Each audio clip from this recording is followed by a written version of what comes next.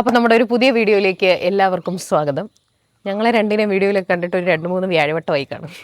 ഞങ്ങൾ കുറച്ച് ബിസിയൊക്കെ ആയിരുന്നു, അതുകൊണ്ട് അപ്പായും അമ്മയൊക്കെ ആയിരുന്നു 2-3 ദിവസം കൊണ്ട് വീഡിയോ ഒക്കെ ഇടുന്നത്.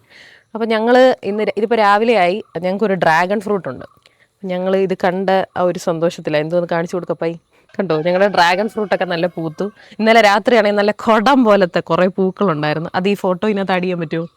നോക്കട്ടെ, ഞാൻ കുറച്ച് വീഡിയോ ഇത് രാത്രിയിലെ ഇതിന്റെ ഫോട്ടോ രാത്രി മാത്രം പൂക്കുന്ന ഒരു സാധനമാണ്, അല്ലാതെ പകല് പൂക്കത്തില്ല. രാവിലെ എണീറ്റ് വന്നപ്പോഴത്തേക്ക് അടഞ്ഞു. അപ്പൊ ഞങ്ങൾ രാത്രി ഇത് കണ്ടപ്പം ആലോചിച്ചായിരുന്നു ഒരു വീഡിയോ രാവിലെ എടുക്കാം, നിങ്ങളെയൊക്കെ ഒന്ന് ഇത് കാണിക്കാം. ഞങ്ങൾക്ക് ആകെ ഒരു ഡ്രാഗൺ ഫ്രൂട്ടേ ഉള്ളൂ, ഒത്തിരി ഒന്നുമില്ല. ഇത് കഴിഞ്ഞ വട്ടം പൂത്തായിരുന്നു, കഴിഞ്ഞ വട്ടം ഫ്രൂട്ട് ആയിരുന്നു അല്ലേ? ഫ്രൂട്ട് ആയിരുന്നു, പക്ഷെ എന്തോ കൊത്തിയെടുത്തോണ്ട് പോയി.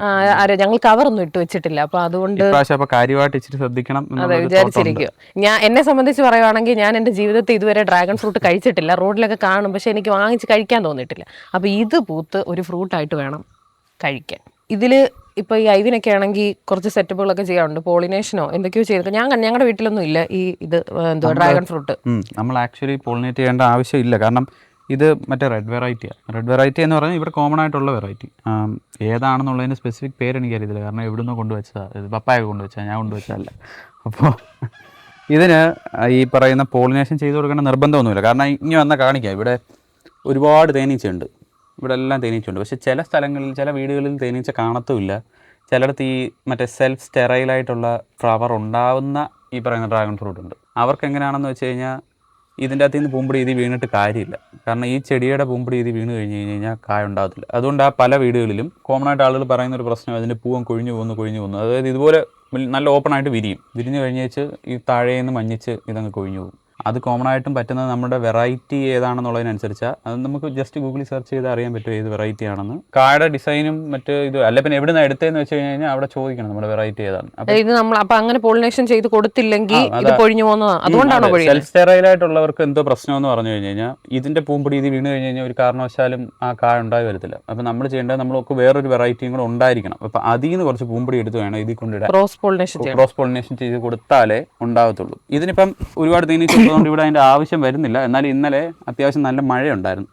അപ്പം മഴ രാത്രിയിൽ ഉണ്ടായിരുന്നത് കൊണ്ട് ഞാൻ വെറുതെ ഒന്ന് കാണിച്ചേക്കാമെന്ന് വിചാരിച്ചു. അതായത് നമ്മൾ മഴയുള്ള കാലത്താണെങ്കിൽ, അതായത് ഈ ചെറിയ മഴ പെയ്യുന്ന സമയത്ത് ഈ പോളിനേഷൻ കറക്റ്റായിട്ട് ചിലപ്പോൾ നടന്നു വരത്തില്ല, കാരണം ഇവരൊന്നും, ഈ ജീവികളൊന്നും വരാറില്ല. ഉറുമ്പും ഈ പറയുന്ന മോത്ത്, രാത്രിയിലൊക്കെ മോത്തായിരിക്കും. ചില സമയത്ത് ഇതുപോലത്തെ തേനീച്ചയും കാണും. ഇതുങ്ങളുണ്ടതുകൊണ്ട് കുഞ്ഞു തേനീച്ച. വലിയ തേനീച്ചയും ആണെങ്കിൽ പ്രശ്നമൊന്നുമില്ല. അപ്പം ഇത് ചെയ്യേണ്ട ഒരു രീതിയുണ്ട്, സിമ്പിൾ പരിപാടിയൊന്നുമില്ല. രാത്രിയിൽ നല്ലപോലെ തുറന്നിരിക്കുമായിരിക്കും. നമ്മൾ ഈ പിന്നെ ഒരു കാര്യം എന്ന് പറയുന്നത്, പൂ വിരിഞ്ഞ് കഴിഞ്ഞ് 12 മണിക്കൂറിനുള്ളിൽ തന്നെ ഈ പോളിനേഷൻ നടക്കണം. 12 മണിക്കൂറിനുള്ളിൽ പോളിനേഷൻ നടന്നില്ലെങ്കിൽ കായാവത്തില്ല. അപ്പോൾ ആ സമയത്ത് ഇതുപോലെ ജീവികളുണ്ടെന്ന് ഉറപ്പ് വരുത്തുക. ആ സമയത്ത് മഴയൊക്കെ ആണെങ്കിൽ ഹാൻഡ് പോളിനേഷൻ ചെയ്ത് കൊടുക്കുന്നതായിരിക്കും നല്ലത്. ഒരു ബ്രഷോ എന്തെങ്കിലും ഉണ്ടെങ്കിൽ അയച്ചിട്ട് എളുപ്പം. ഞാൻ ജസ്റ്റ് ഒരു കോട്ടൺ സ്വാബ് എടുത്തേ. ഇപ്പോൾ ഈ കാണുന്ന മൊത്തം പൂമ്പൊടിയാണ്, ഇതിൻ്റെ അകത്ത് മൊത്തം പൂമ്പൊടിയാണ്.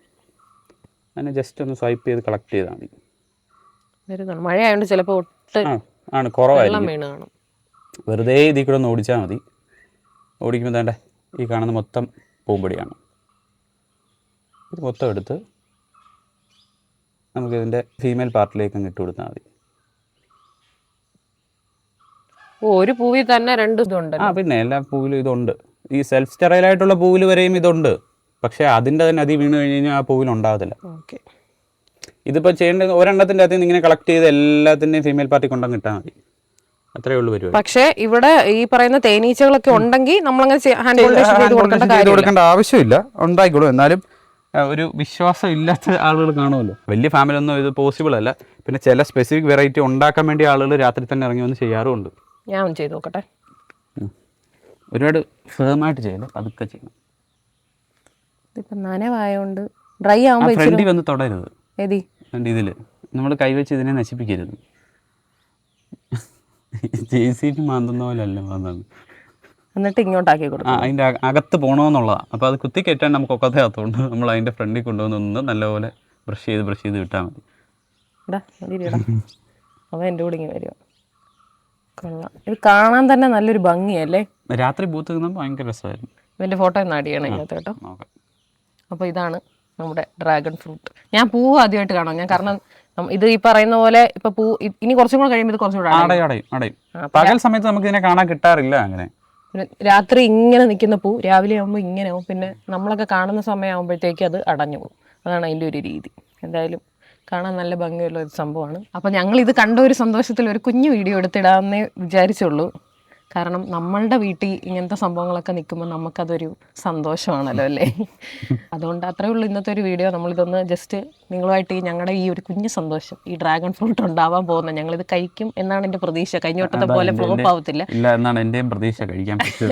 അപ്പോൾ അത് നമ്മൾ ഇപ്രാവശ്യം എന്തായാലും ഈ പൂ ഒന്ന് മടങ്ങി കഴിഞ്ഞ് കഴിയുമ്പോഴത്തേക്ക് ഒരു കവറിട്ടം കെട്ടാനുള്ള പ്ലാൻ. ഇതിന് ഈ പൂ ആ ഫ്രൂട്ട് ആകുമ്പോൾ എത്ര നാളെടുക്കും? ഏകദേശം പോളിനേഷൻ കഴിഞ്ഞ് കഴിഞ്ഞാൽ ഒരു 30 ദിവസം 32 ദിവസം അതിനുള്ളിൽ. അത് പല സ്ഥലങ്ങൾക്കനുസരിച്ച് 25 തൊട്ട് 35 ദിവസത്തിനകത്ത് അപ്പോഴത്തേക്ക് റെഡി ആവും. അപ്പോൾ നമുക്ക് ഫ്രൂട്ട് ആകുമ്പോഴും ഇവരൊന്ന് ജസ്റ്റ് കാണിക്കാം. ഫ്രൂട്ട് ആകുമ്പോഴും ഞങ്ങൾ ഫ്രൂട്ടായിട്ട് കഴിക്കാം എന്നാണ് വിചാരിക്കുന്നത്. അപ്പം ഈ വീഡിയോ ഇത്രയേ ഉള്ളൂ. അപ്പം അടുത്തൊരു വീഡിയോയിൽ കാണാം. ബൈ.